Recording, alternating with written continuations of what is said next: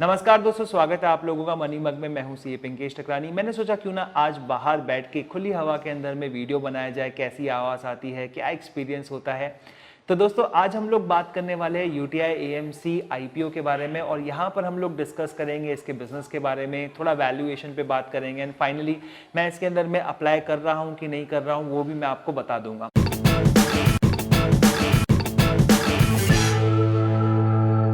तो बेसिकली दोस्तों ये एएमसी बिजनेस जो रहेगा, अगर लिस्टेड कंपनीज के केस में कहेंगे तो ये तीसरी ऐसी कंपनी होगी जो मार्केट के अंदर में लिस्ट होगी। इसके पहले एचडीएफसी, एएमसी या फिर निपॉन एसेट मैनेजमेंट ऑलरेडी अपना उनकी ट्रेडिंग हो रही है स्टॉक्स के अंदर में।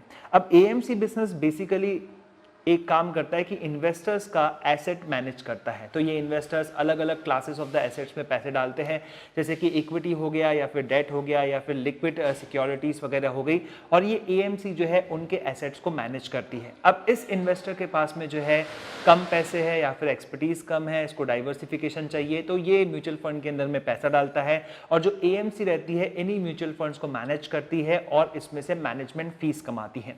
साथ ही ये एएमसी जो है ये पोर्टफोलियो मैनेजमेंट सर्विसेज भी देती है हाई नेटवर्थ इंडिविजुअल्स को या फिर इंस्टीट्यूशनल इन्वेस्टर्स को, और ऐसे केस के अंदर में इसको फीस मिलती रहती है पेंशन फंड से, रिटायरमेंट फंड से भी मिलती रहती है। अब ये है एएमसी का टोटल बिजनेस, और ये पूरा एसेट लाइट बिजनेस है। इसमें बार बार कैपिटल की आवश्यकता नहीं पड़ती है। जैसे जैसे आपका एक्सपीरियंस बढ़ता जाता है, कुछ कुछ एरियाज के अंदर में आपको स्पेशलाइजेशन मिलता है, एक्सपर्टीज मिलता है। तो ये सभी एडवांटेजेस रहते हैं किसी भी एएमसी बिजनेस के अंदर में। अब ये एएमसी बिजनेस जो है अपने इन्वेस्टर से अपने म्यूचुअल फंड्स के अंदर में पैसा डलवाने के लिए डिस्ट्रीब्यूटर्स को अपॉइंट करता है, एक नेटवर्क बनाता है। ये डिस्ट्रीब्यूटर्स जो है उस म्यूचुअल फंड के बारे में अवेयरनेस तैयार करते हैं और इन्वेस्टर्स को उसमें पैसा डालने के लिए इन्फ्लुएंस करते हैं। अब जो ये पैसा आता है, ये जितना ज्यादा पैसा आएगा, इस पैसे को कहा जाता है एसेट अंडर मैनेजमेंट। ये एसेट अंडर मैनेजमेंट जितना बढ़ेगा उतना फायदा जो है उस एएमसी को होगा, क्योंकि परसेंटेज वाइज जो है उसका रेवेन्यू बढ़ता जाएगा। लेकिन रिसेंट टाइम में ऐसा देखा गया है कि ये एसेट अंडर मैनेजमेंट की ग्रोथ जो है वो कम हो गई है, बिकॉज 2018, 2019, 2020 की बात करें तो इन्वेस्टर्स इतना ज्यादा म्यूचुअल फंड के अंदर में पैसा नहीं डाल रहे हैं। वैसे शेयर मार्केट के अंदर में छोटे छोटे इन्वेस्टर्स वैसे भी पैसा नहीं डाल रहे हैं, बिकॉज म्यूचुअल फंड्स के रिटर्न्स इतने अच्छे नहीं आए हैं। 2017 की बूम के बाद में 2018, 19, 20 जो है इतने खास नहीं गए। हालांकि लार्ज कैप ने काफी अच्छा किया है, स्मॉल कैप्स और मिड कैप्स ने बिल्कुल भी अच्छा नहीं किया है, तो उनके म्यूचुअल फंड्स ने अच्छा नहीं किया है।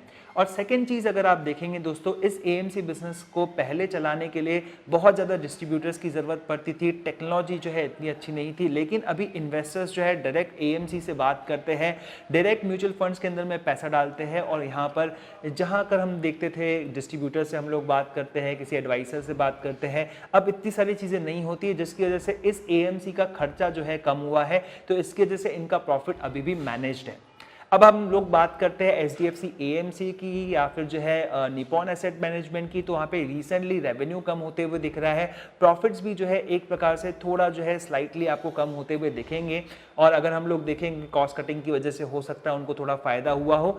यूटीआई एएमसी के केस में हम देखेंगे तो पिछले 2 साल से हम इसका रेवेन्यू जो है कम होते हुए देख रहे हैं, प्रॉफिट्स भी जो है कम होते हुए देख रहे हैं, और यहाँ पर इसके जो लेटेस्ट क्वार्टरली रिजल्ट्स है वो जो है संतोषजनक देखने को मिल रहे हैं। क्योंकि हो सकता है कि एक तरह की चीज बोली जाती है, मुझे पता नहीं इसके बारे में, कि जो जब आईपीओ आने वाला रहता है उस समय जो है थोड़े प्रॉफिट जो है बढ़ा के दिखाए जाते हैं।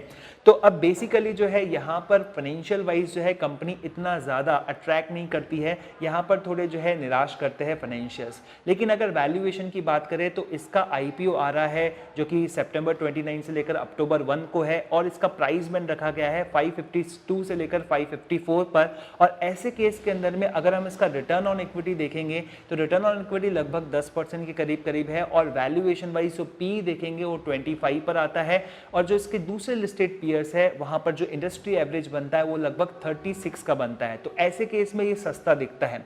तो हम लोग इसके फाइनेंशियल्स को जो है नंबर 2 पर रखेंगे, और इसके जो वैल्यूएशंस को है जिस रेट पर ये अवेलेबल है उसको नंबर 1 पर रखेंगे। तो ऐसे केस के अंदर में कोई भी रैशनल इन्वेस्टर कहेगा कि भाई वैल्यूएशन वाइज जो है मुझे इसके साथ में जाना चाहिए।